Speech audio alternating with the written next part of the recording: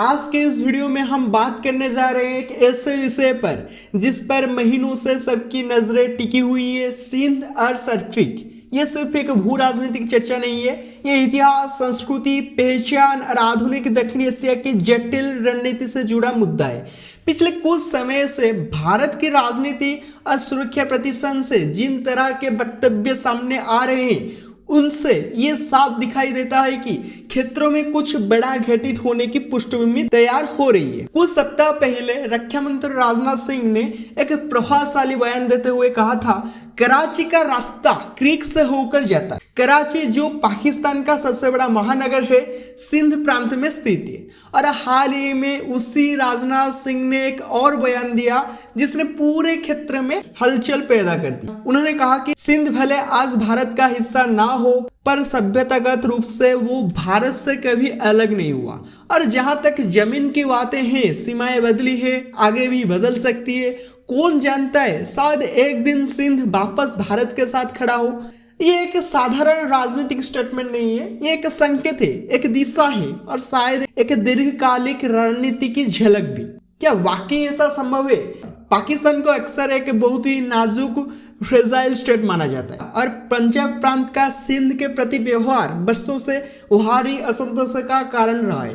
चाहे वो पानी की साझेदारी हो, बजट का बंटवारा, राजनीतिक प्रतिनिधित्व, सिंध के लोग लंबे समय से इन मुद्दों का बोझ उठाते आए हैं। भविष्य में क्या सिंध एक बेहतर विकास, स्थिरता और आर्थिक प्रगति की तलाश में भारत के करीब आ सकता है? ये एक काल्पनिक प्रश्न लग सकता है, लेकिन भू राजनीति में असंभव शब्द अक्सर अर्थहीन होता है। सिर्फ राजनाथ सिंह ने नहीं, 2 वर्ष पहले उत्तर प्रदेश के मुख्यमंत्री योगी आदित्यनाथ ने भी कहा था कि भारत क्यों नहीं सिंध को वापस पा सकता। ये बयान अचानक पैदा नहीं हो जाते, ये एक मानसिकता, एक विचारधारा और एक ऐतिहासिक संदर्भ से उत्पन्न होते हैं। हमारे राष्ट्रगान में जब हम कहते हैं पंजाब, सिंध, गुजरात, मराठा, द्राविड़, उत्कल, बंगा, तो ये सिर्फ भौगोलिक क्षेत्रों की बात नहीं है, ये उन सभ्यताओं, संस्कृतियों और मूल्यों का स्मरण है जो भारत की पहचान बनाती है। और इस सूची में सिंध की उपस्थिति कोई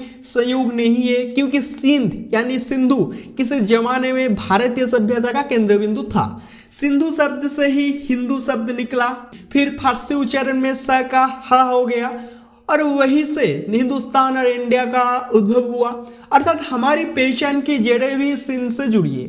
सिंध में स्थित मोहनजोदड़ो दुनिया की सबसे प्राचीन नगरीय सभ्यता में से एक है। यह सिर्फ सिंध के नहीं, पूरे भारतीय उपमहाद्वीप की जड़ों का प्रतीक है। दुर्भाग्य से पाकिस्तान की आधुनिक राजनीति अक्सर इस इतिहास से दूरी बना लेती है। पाकिस्तान के भीतर एक वैचारिक संघर्ष है, एक तरफ इंडस वैली की विरासत, दूसरी तरफ अरबी वंश की कहानी, जो अक्सर राजनीतिक कारणों से प्रचारित की जाती है। लेकिन तथ्य वही है, इंडस वैली सिविलाइजेशन भारत की भी है, सिंध की भी है, मानवता की भी। सिंधी भाषा जो एक प्राचीन इंडो आयन भाषा है, आज पाकिस्तान में उपेक्षित है। वहां उर्दू को प्राथमिकता देने की नीति ने भाषाई विविधता को कमजोर किया है। ठीक वैसे ही जैसे 1971 में बंगाली भाषा के दमन ने पाकिस्तान को 2 हिस्सों में बांट दिया था। सिंधी एक सांस्कृतिक पूल है, भारत से भी, इतिहास से भी। जब भारत विभाजित हुआ 1941 की जनगणना के अनुसार सिंध की 40 लाख आबादी में लगभग 11 लाख हिंदू थे, यानी 25%। पर विभाजन के बाद स्थिति पूरी तरह बदल गई। 95% से अधिक सिंधी हिंदू अपना घर-बार, जमीन जायदाद, पूरे जीवन की पूंजी छोड़कर भारत आ गए। उनकी पीड़ा पर बॉलीवुड ने फिल्म नहीं बनाई, इतिहास की किताबों में पूरी अध्याय नहीं आए। पंजाब के विभाजन ने वैश्विक ध्यान खींचा, पर सिंध की वेदना अक्सर शांत आवाजों में खो गई। आज भारत में वैसे लाखों सिंधी परिवार अपने पुरखों की भूमि को याद करते हुए कहते हैं, काश सिंध फिर से जुड़ सके, काश हम सब फिर एक हो सके। जहां कभी सिंध आर्थिक रूप से समृद्ध क्षेत्र था, वहीं आज पाकिस्तान का सबसे बड़ा जल संकट, राजनीतिक अस्थिरता और आर्थिक गिरावट इसी प्रांत में सबसे पहले महसूस की जाती है। पानी की बंटवारे पर सिंध और पंजाब के बीच तनाव लगातार बढ़ रहा है। पाकिस्तान की फेडरेशन पर बोझ बढ़ रहा है। बलूचिस्तान अलग अपने संघर्ष में है, केपीके की समस्या अलग है और अफगान सीमा अपनी जगह पर तनावपूर्ण है।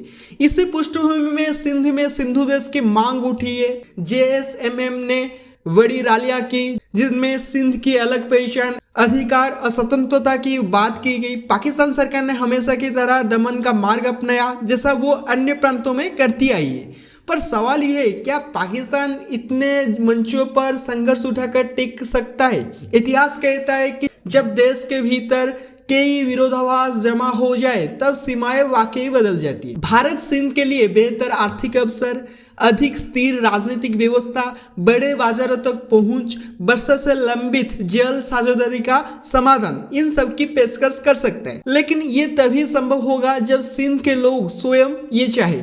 अंतर्राष्ट्रीय कानून में किसी प्रदेश की दिशा वो प्रदेश स्वयं तय करता है, ना कि पड़ोसी। भारत की भूमिका यदि कहीं हो सिर्फ नैतिक, ऐतिहासिक और सांस्कृतिक संबंधों की हो सकती है। जैसे राजनाथ सिंह ने कहा, सीमाएं बदली है, आगे भी बदल सकती है। इसका अर्थ साधारण से ज्यादा गहरा है। क्या वाकई आने वाले समय में कुछ बड़ा हो सकता है? ये नहीं कहा जा सकता कि कब, कैसे या किस रूप में, लेकिन इतना निश्चित है कि सिंध में असंतोष गहरा है। पाकिस्तान आर्थिक रूप से दबाव में है। पानी, संसाधनों और अधिकारों का बड़ा टकराव चल रहा है। सांस्कृतिक और ऐतिहासिक पहचान फिर से चर्चा में है और दक्षिण एशिया के भू राजनीतिक समीकरण तेजी से बदल रहे हैं।